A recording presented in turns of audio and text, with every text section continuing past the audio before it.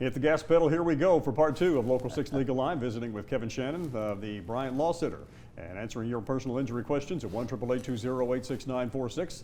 And we have a question from Paul, who says, I drive a delivery truck and got hit by someone who ran a red light.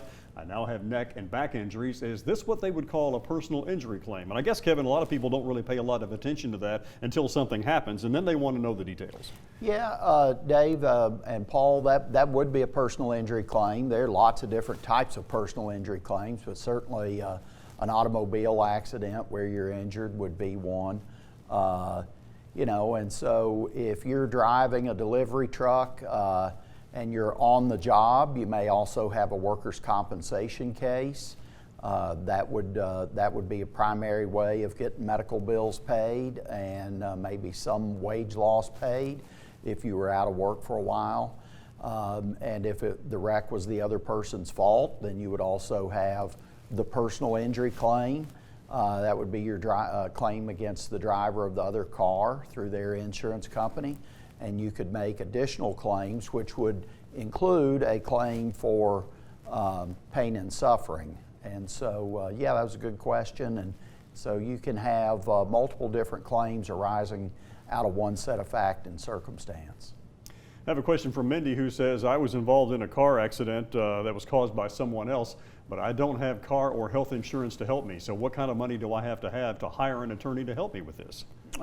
It shouldn't cost you anything to hire a lawyer. Most lawyers that work on those kind of cases do so on a contingent fee basis. So you don't get money out of your pocket to hire the lawyer. You don't pay the lawyer as they work on the claim.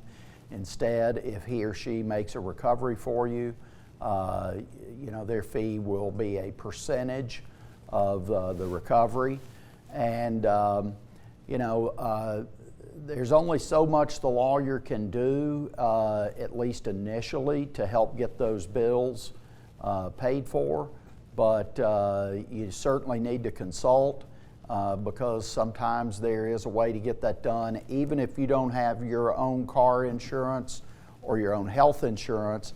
And then certainly you could include those as part of a settlement of your claim with the other driver. Got about 30 seconds left, and we'll have to get the cliff notes on this one, Kevin. Somebody's 14-year-old son who got on a friend's ATV, ran it into a tree. He got a concussion and a broken arm. Now, can we sue a parent's friends or the parent's friends for medical costs because we didn't give our son permission to ride this thing? Probably so. That's the quick answer. There are regulations about how old a person has to be to ride certain ATVs, and they can be ridden only under direct parental supervision. So probably ought to contact a lawyer for more information on that. The Honorable Kevin Shannon has been our guest on this part two of today's Local 6 Legal Line. If you would like to review this segment or the previous one with Tara Swanson, we'll have those up shortly. Look under the Legal Line icon online at WPSDLocal6.com.